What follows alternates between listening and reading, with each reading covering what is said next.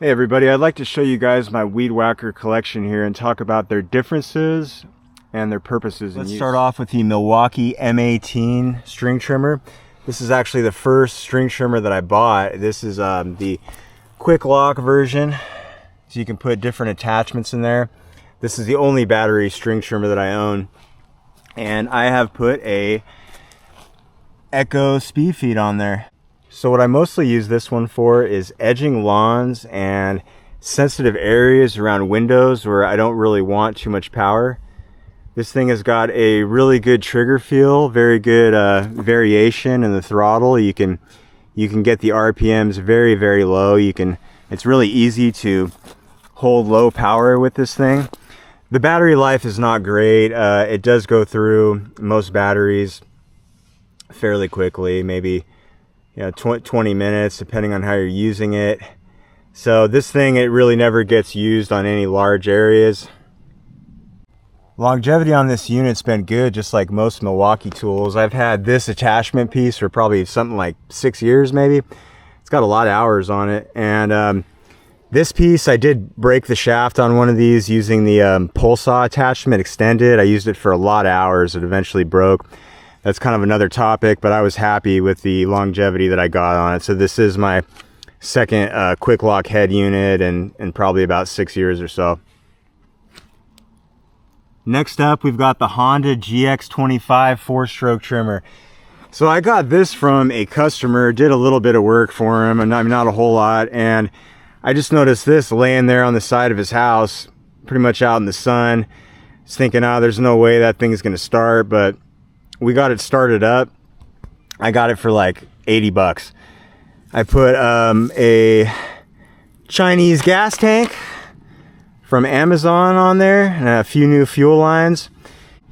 And since I got it, it always has had some kind of weird issues where if I run it in too thick of grass and bog it down for really not even that long, maybe 5 minutes or less, it'll start shutting off.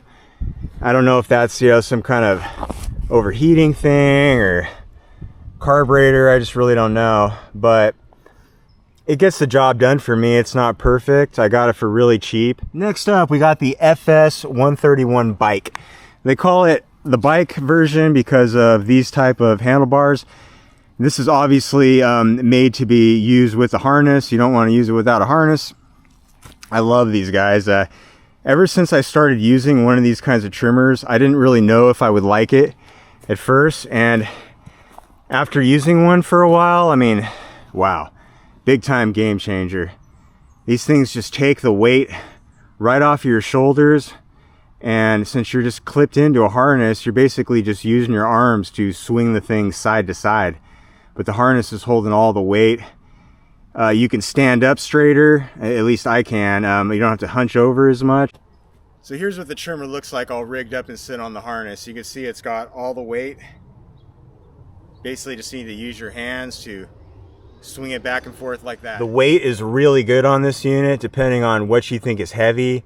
It's pretty fuel efficient because it is a 4-stroke mix. So it takes a 2-cycle gas, but it is technically a 4-stroke engine. It has valves.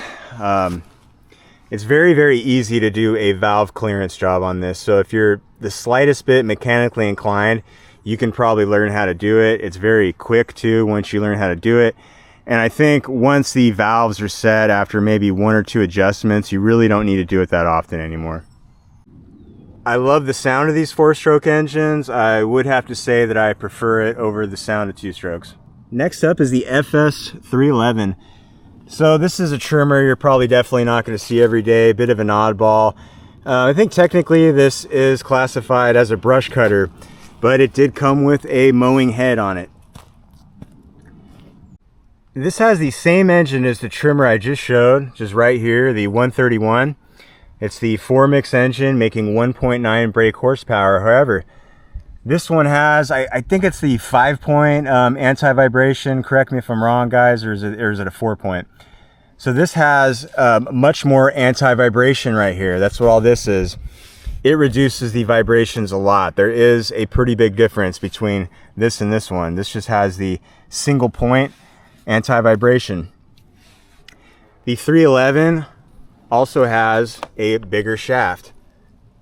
So what I like about the 311 is this anti-vibration system does work very well. It's so smooth.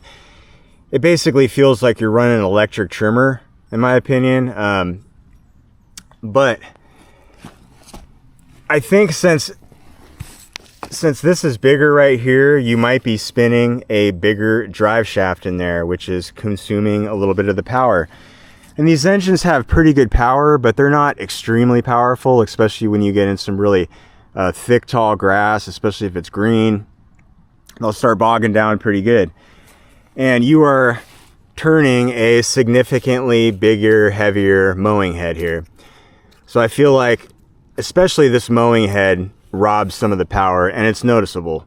You can notice that this one right here makes more power. Same engine, smaller mowing head, smaller gearbox. So I don't really think that this size gearbox is necessary when you're using this as a string trimmer. It's probably good to have that when you throw a saw blade on there and you're putting it through serious abuse. You know, if I could go back in time, I may not have purchased this, but I own it, I use it, I don't really mind it. Decent trimmer. Okay, the FS240. Now this is a 2-stroke. This engine makes 2.3 brake horsepower, which is a little under half a horsepower more than the 131 engines that make 1.9. So the power difference in this model is noticeable. Now, I've had the 240 for about 3.5 years. I got it used, so I don't know how many hours it had on it. It came with a broken, I think they call it a rider plate, that plate that sits right under the mower head.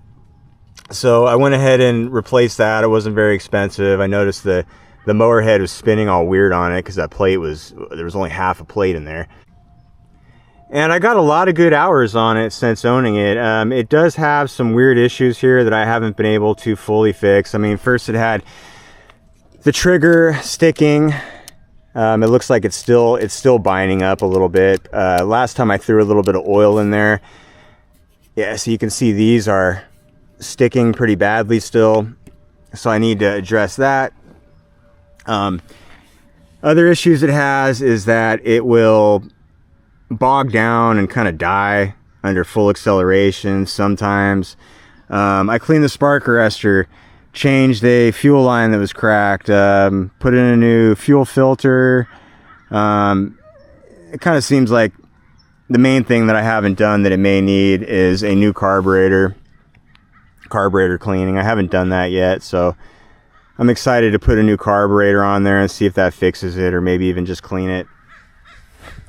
And yeah, I love this trimmer. One thing that I really like about this trimmer compared to the 131s, the 4 mixes, is a lot of people will say that the 4 mixes are kind of like wide open throttle or nothing, and I sort of agree with that.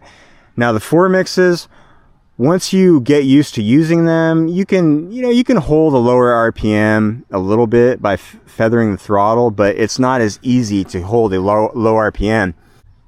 Now, of course, you don't want to run this 240 at a really low, RPM for too long, but this thing is really easy to get a nice low RPM, go around fence lines without just breaking your string right off quickly.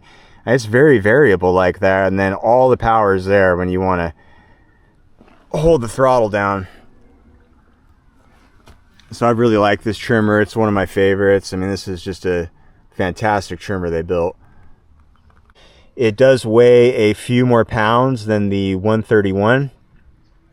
It's noticeable amount of weight, but this isn't extremely heavy. I believe it's a little bit lighter than the 311 that I just showed with all of the anti-suspension and whatnot on it. Next up is the KM131R. So this is the first gas trimmer I ever bought. Well, this one specifically isn't. I had a different 131 Combi head, and I had some problems with it, but I think a lot of that may have been user error. I'm not going to get way into it. It's a long story, but I mean, I got a fair amount of hours out of that one, running it pretty hard. So this is the attachment system, and I've also got the hedge trimmer attachment for this one. Here's how it's looking with the attachment off, so it's easy to store, very portable. Maybe you're working out of the trunk of a car. It's got the same engine as the 131 bike. So what I use trimmers like this or any loop handle trimmer for, rather than the bike one, is when I'm working on a hillside that is too steep to use the bike. I've gotten better with the bike one. I can do some pretty good slopes now. You get used to it. But there's definitely some slopes that are just too steep and don't make any sense with this kind of trimmer. So I stick with this regular old one for that. And the one I'm most excited about, the all new FS251. And as you can see, guys, yes, it is brand new. I've never even used it. It's just been started up at the store to show me that it runs. So it's got some gas in there. Shiny. Never gonna look this clean again, that's for sure. Here's a side-by-side with the FS240. So the difference is the new 251 has 2.7 brake horsepower and the old 240 has 2.3 brake horsepower. So you're getting 0.4, almost half a brake horsepower more. Cannot wait to try this thing out in thick, heavy, tall grass, which bogs a lot of string trimmers down. It's gonna be so nice. I'm gonna run it for a couple tanks of gas with the guard on, and then that guard's coming off. And after I take the guard off, I'm gonna try to take it a little bit easy on it till the engine's broken in. After that, guys, it's open season. I'll try to not wind my string out too long. You know, they say it's hard for these trimmers when you get the string too long and you bog them, but I mean, don't they bog down when they're in tall grass too? See, I always take the trimmer guards off my trimmers, except for the lower powered ones I showed that I always use around windows and sensitive areas. All right, guys, thanks for looking at my lineup, and you never can have too many tools, right? Any questions, feel free to ask in the comments. I will answer. Thanks a lot.